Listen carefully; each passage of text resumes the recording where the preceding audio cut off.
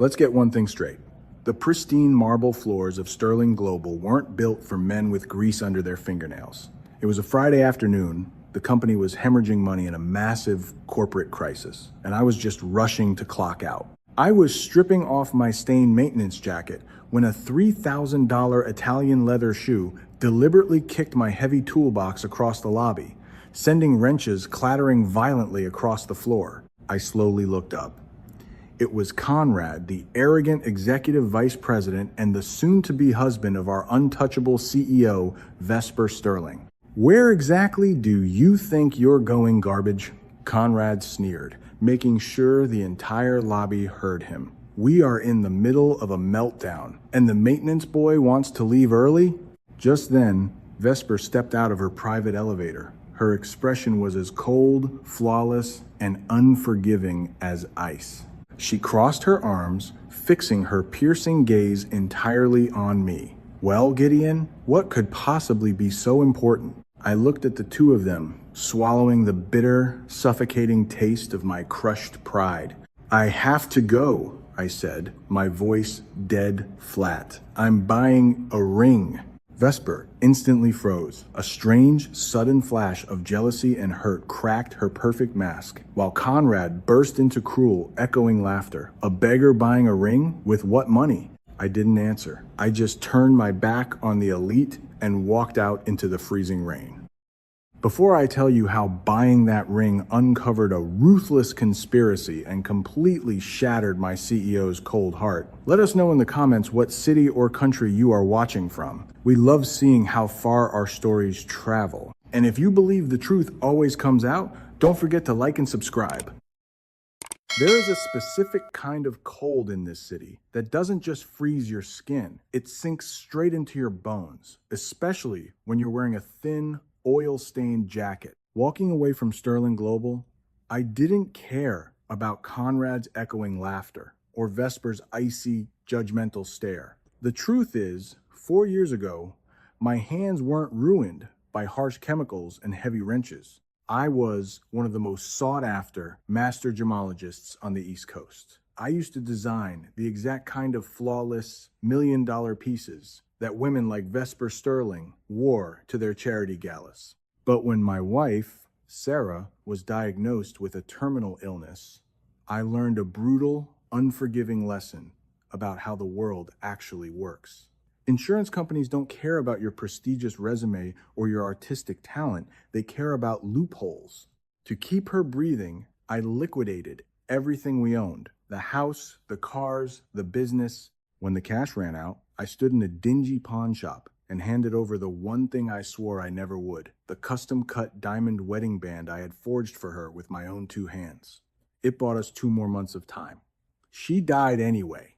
Now, my entire universe is exactly 42 inches tall, missing her 2 front teeth, and currently waiting for me at our tiny, drafty apartment. Today is Thea's 7th birthday. When I asked her what she wanted, she didn't ask for a doll or a new bicycle. She just looked at me with those quiet, devastating brown eyes and whispered that she wanted something to help her remember what Mom's hand felt like. So, for the last 6 months, I've scrubbed elite toilets, fixed broken boilers, and swallowed my pride on 3 hours of sleep, hoarding every single dollar. Today was the day.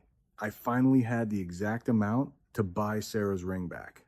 I pushed through the rusted door of the pawn shop, my soaked clothes clinging to my skin, and laid the thick envelope of cash on the scratched glass counter. But the man behind the register, a guy who makes his living chewing on other people's tragedies, didn't even reach for it. He just smirked. "Market price of gold went up, Locke," he grunted, tapping the dirty glass. "Prices doubled. You're short." I stared at him, the buzzing of the neon open sign suddenly deafening. "We had a deal," I said, my voice dangerously low. He shrugged indifferently, tossing a small velvet pouch toward a sorting bin in the back room. "I got a buyer who wants the stone. The band gets melted down for scrap. You got exactly 1 hour to find the rest of the cash, or your dead wife's memory goes into the furnace." I stood there, shivering in the damp cold, feeling the world violently collapse beneath my feet. I didn't reach across the counter and strangle him, even though every muscle in my exhausted body screamed to do it. Violence wouldn't buy back Sarah's ring. It would only get me arrested, leaving Thea alone on her birthday. So, I swallowed the bitter bile rising in my throat, turned on my heel, and walked back out into the freezing rain. I had exactly 59 minutes. I pulled out my cracked phone, my hands shaking so badly from the cold and the adrenaline that I could barely dial Mrs. Alvarez, the sweet elderly neighbor watching Thea. The moment the call connected, Thea snatched the receiver. "Daddy, are you bringing Mom's ring home?" I closed my eyes, leaning the back of my head against the wet, freezing brick of an alleyway. "Not yet, sweetie. There was a mix-up with the price. Daddy just needs to find a little more money." There was a long, agonizing pause on the other end. "Are you sad, Daddy?" she whispered, her voice carrying a devastating amount of understanding for a 7-year-old. "Because you can use my piggy bank. It has $14 and a shiny quarter. I don't need a birthday present. I just want you to come home." A hot tear cut through the freezing rain on my face. "Keep your quarter, Ladybug. I'm gonna fix this. I promise."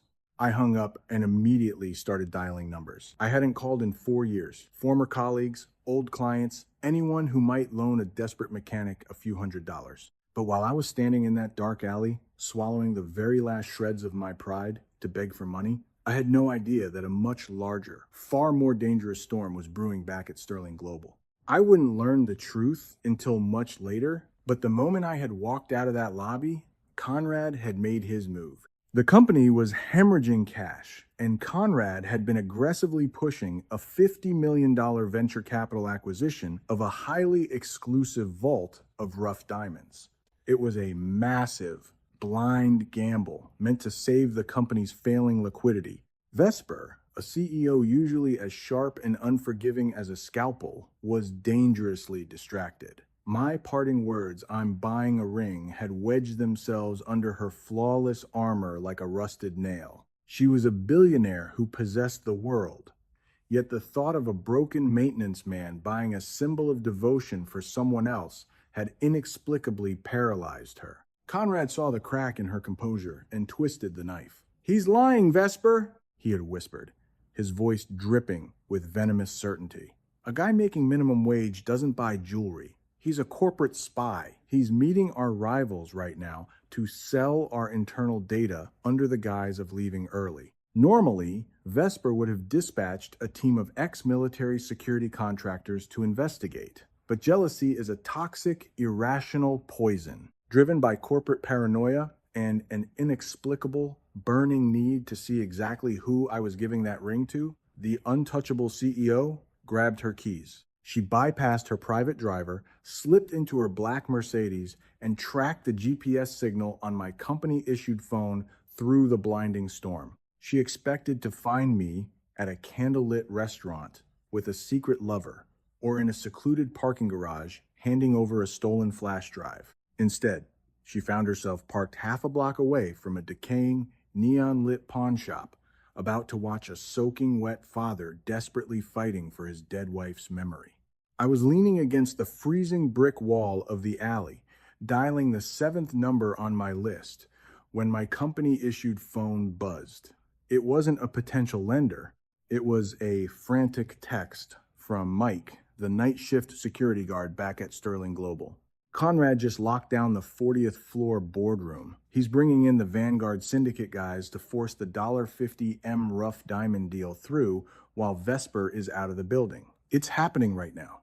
I stared at the glowing screen, the freezing rain blurring the words. The Vanguard Syndicate. The name hit me like a physical blow. 4 years ago, when my hands were clean and I was appraising stones for the global elite, that name was a legendary ghost story in the Diamond District. They were a notorious, highly sophisticated, international front for lab-grown synthetics and high-grade industrial glass. They didn't sell diamonds. They sold flawless, worthless illusions. If Vesper signed that contract to save her company's failing liquidity, she was buying $50 million worth of gravel. Sterling Global would instantly go bankrupt. and thousands of working class people, including me, Mike, and everyone trying to feed their kids, would lose their livelihoods. Conrad was orchestrating the ultimate corporate execution.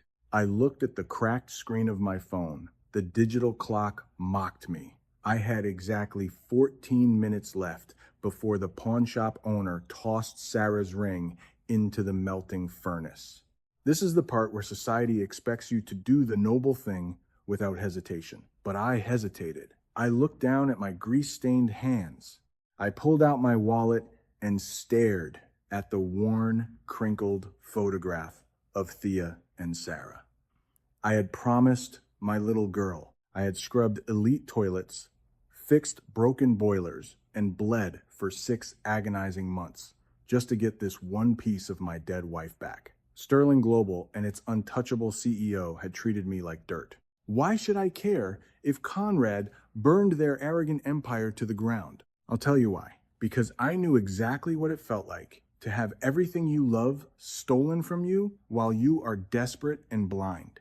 I cursed aloud a harsh, bitter sound that was instantly swallowed by the storm. I shoved the door of the pawn shop open, took the thick envelope of my hoarded, blood-earned cash, and slammed every single dollar onto the scratched glass counter. "Take it," I growled, my voice vibrating with a dangerous, absolute authority that belonged to my past. "That is my deposit. You give me 1 more hour. If you melt my wife's ring before I get back, I swear to God, I will tear this place apart with my bare hands." Before the stunned owner could even respond, I turned and sprinted back out into the blinding hurricane, my heavy work boots pounding against the flooded pavement as I raced back toward the financial district. What I didn't know was that Vesper Sterling was still sitting in her black Mercedes across the street. Hidden in the quiet shadows, the untouchable billionaire watched a poor, freezing maintenance man hurl his entire life savings onto a dirty counter to buy a memory, only to turn around and run through a storm to save the very people who had humiliated him. I didn't care that I was leaving a trail of freezing rainwater and engine grease across the $40,000 imported rug of the executive boardroom. When I kicked the heavy oak doors open, the thick, tense silence of the 40th floor shattered. Conrad was standing over Vesper, aggressively pushing a gold fountain pen into her hand. Vesper looked pale, still shivering slightly in her damp coat. She had clearly just rushed back from the pawn shop, her mind still reeling from what she had witnessed in the alley, completely disoriented by Conrad's sudden ambush with the Vanguard Syndicate representatives. "What the hell is this?" Conrad roared, his face twisting in ugly, aristocratic fury. "Security! Get this filthy garbage out of here immediately!" 2 massive guards lunged forward, but I didn't even look at them. I locked eyes with Vesper. "Don't sign it," I said, my voice cutting through the room with the lethal, absolute authority of a man who had nothing left to lose. I walked straight past the guards and stopped at the center of the massive mahogany table. Resting on a black velvet display pad was the Vanguard Syndicate's crown jewel, a massive, supposedly uncut rough diamond that was about to cost Sterling Global $50 million and thousands of innocent jobs. "This is an outrage!" one of the syndicate men barked, reaching for the stone. I was faster. I snatched the gem. From the deep pocket of my maintenance jacket, I pulled out a small, worn brass jeweler's loop. I hadn't used it in 4 years, but the muscle memory was flawless. I held the stone to the light for exactly 2 seconds. Then, I unclipped the heavy steel wrench from my tool belt. "Stop him!" Conrad screamed. I brought the solid steel down violently on the center of the stone.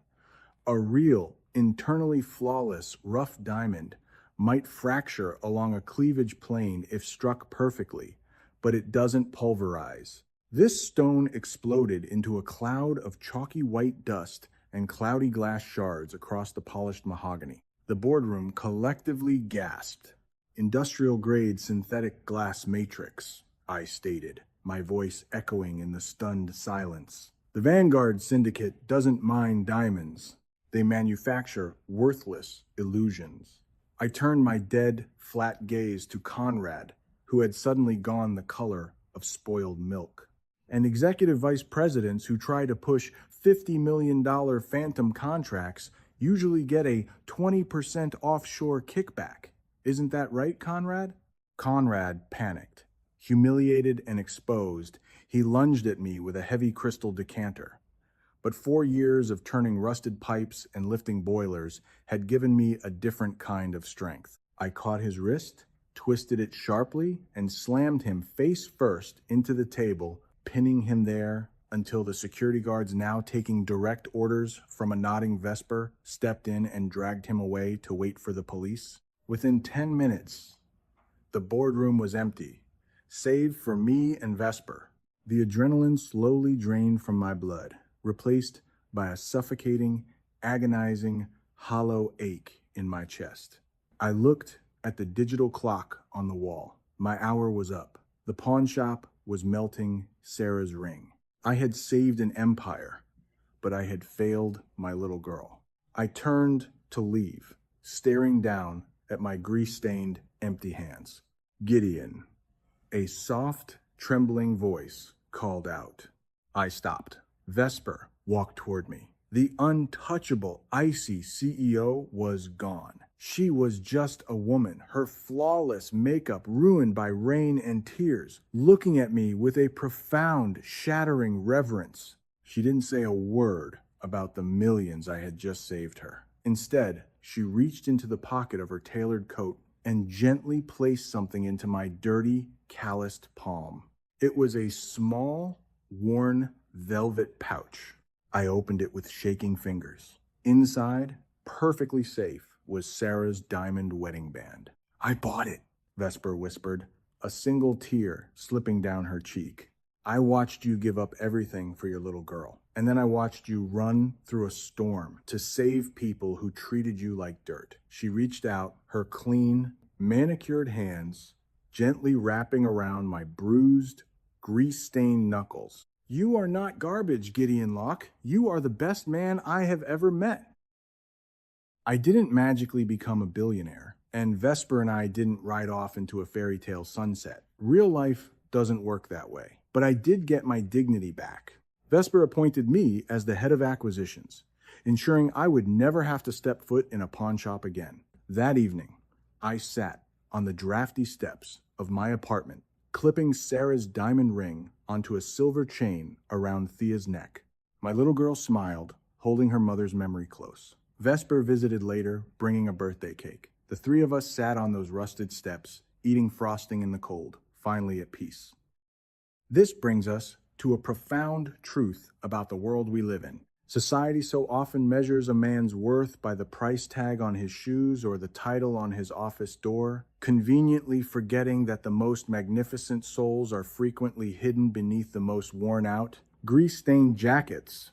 Conrad's corporate empire wasn't destroyed by a miraculous twist of fate. It was entirely dismantled by his own blinding arrogance and his fatal mistake of underestimating a desperate father fighting for his child. On the other hand, Vesper wasn't saved by her brilliant business degrees or her vast wealth. She was saved simply because she chose to step down from her elite pedestal, swallow her pride, and genuinely try to understand the silent agony of a man society deemed worthless. Karma is rarely a lightning strike from the sky. Most of the time, it is simply the raw, unfiltered truth rising to the surface to expose the cruel and elevate the pure-hearted. True wealth is never found in a $50 million diamond vault. It is found in a father's unwavering sacrifice, in a child's innocent love, and in the quiet courage to see people for who they truly are. While this narrative is a work of fiction, the silent, heartbreaking sacrifices made by single parents every single day in the real world are absolutely real. If you believe that a person's true value can never be measured by money, please type the word truth in the comments below. Or share a personal story about a time when you were unfairly judged solely by your appearance. Please don't forget to like this video and subscribe to our channel for more deeply emotional stories.